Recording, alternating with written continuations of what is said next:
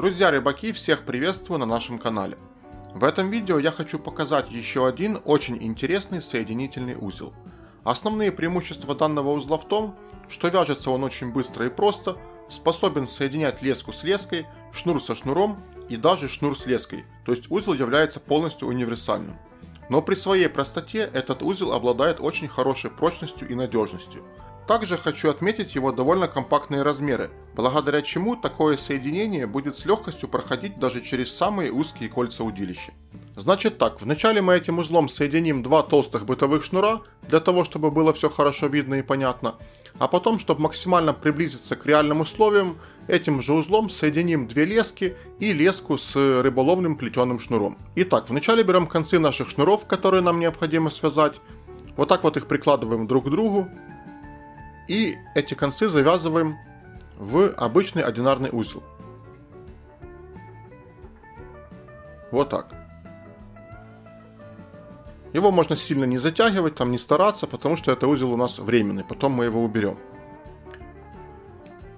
Когда мы связали этот узелок, берем наши шнуры и делаем вот такой вот перехлест.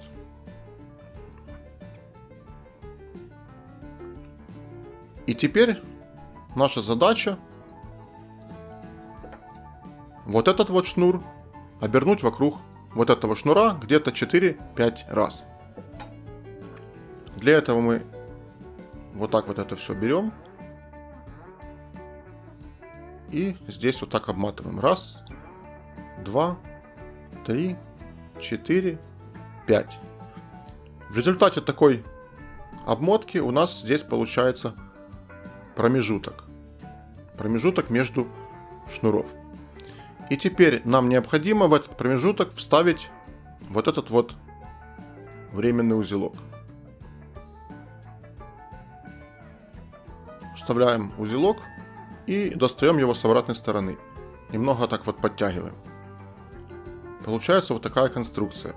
Теперь, если это у нас леска, мы это все очень хорошо смачиваем, чтобы она не перегрелась и не испортилась.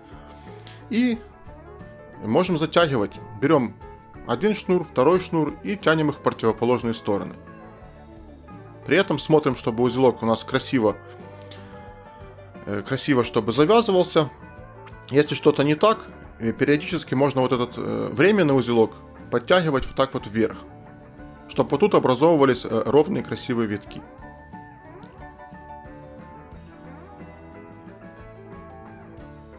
Затягиваем. Хорошо, затягиваем максимально. Тянем максимально, насколько нам позволяет разрывная нагрузка наших шнуров. Ну или лесок. Вот. Узелок мы полностью затянули. Вот такой вот он получился. И теперь осталось только обрезать временный узелок. Обрезаем только не под самый корешок, а оставляем кончики где-то миллиметра 2.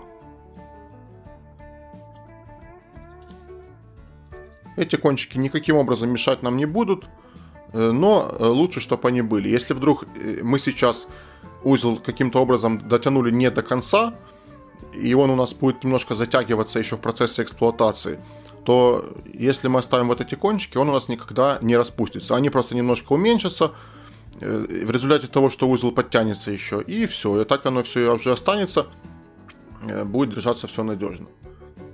Вот такой вот получился узелок. Конечно, тут можно сказать, что он не совсем компактный, но дело в том, что это реально очень толстые шнуры, на рыбалке такими шнурами никто пользоваться не будет, и, конечно, узел никак не может быть меньше, чем толщина этих шнуров.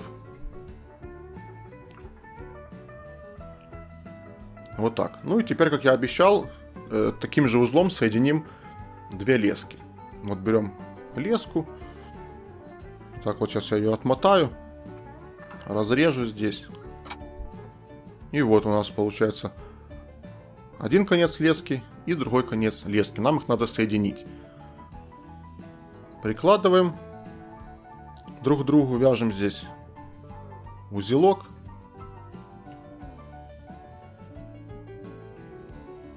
Делаем перехлест.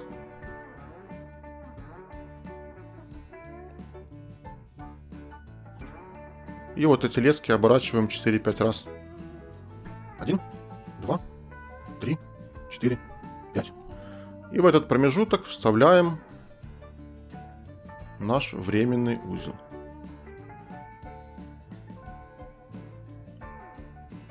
Достаем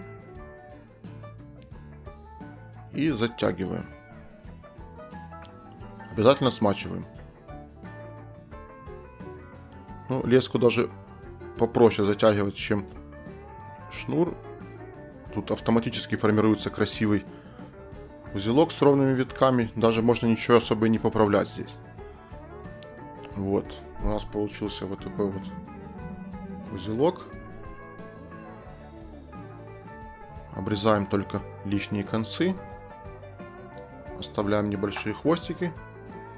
И все. Вот.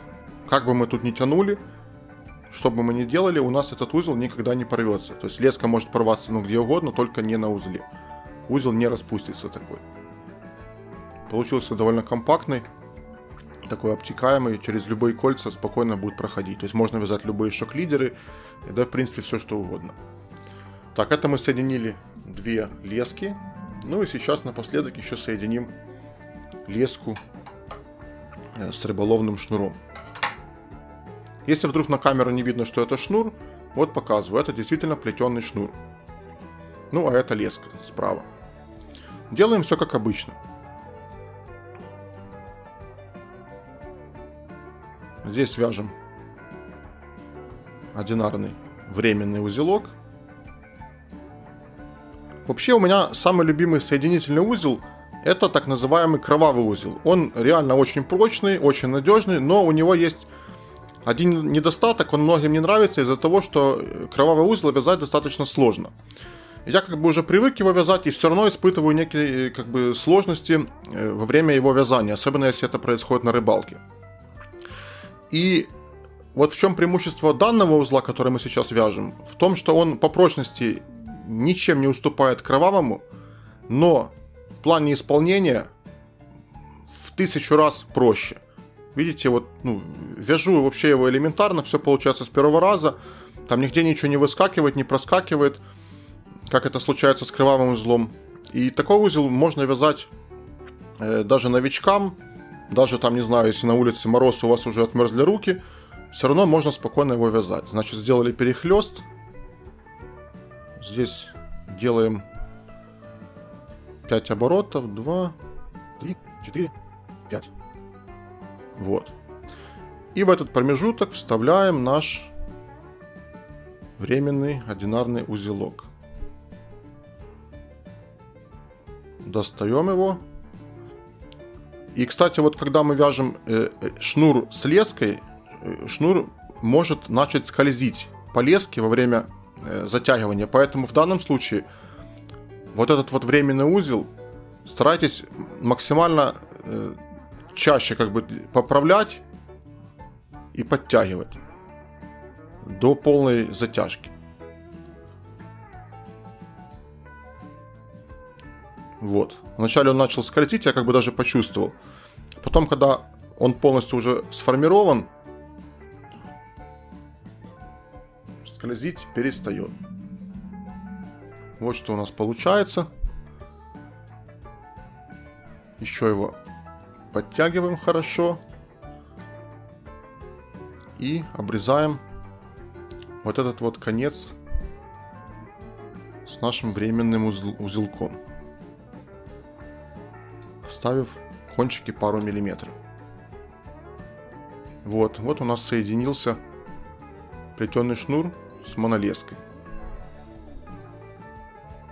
Очень все надежно, красиво и компактно. Поэтому берите себе на заметку такой вот замечательный соединительный узел. Спасибо за внимание, подписывайтесь на наш канал, смотрите много интересного видео. Всем пока, до новых встреч!